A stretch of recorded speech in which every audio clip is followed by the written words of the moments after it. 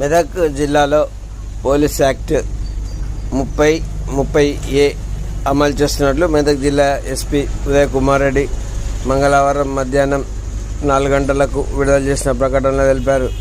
జిల్లాలో శాంతి భద్రతలు దృష్టిలో ఉంచుకొని జనవరి 1వ తేదీ నుంచి 31వ తేదీ వరకు జిల్లా వ్యాప్తంగా సెక్షన్ 30(30)A పోలీస్ చట్టం 1861 అమల్లో ఉంటుందని తెలిపారు. దీని ప్రకారం పోలీస్ అధికారుల అనుమతి లేకుండా నిరసనలు, రాస్తారోకోలు, ధర్నాలు, సమావేశాలు, ర్యాలీలు, పబ్లిక్ మీటింగులు, సభలు, సమావేశాలు నిర్వహించరాదన్నారు. అలాగే ప్రజాధనాన్ని నష్టపరిచే చట్ట వ్యతిరేక కార్యకలాపాలు చేపట్టరాదని జిల్లా ఎస్పీ ఉదయ్ కుమార్ రెడ్డి హెచ్చరించారు.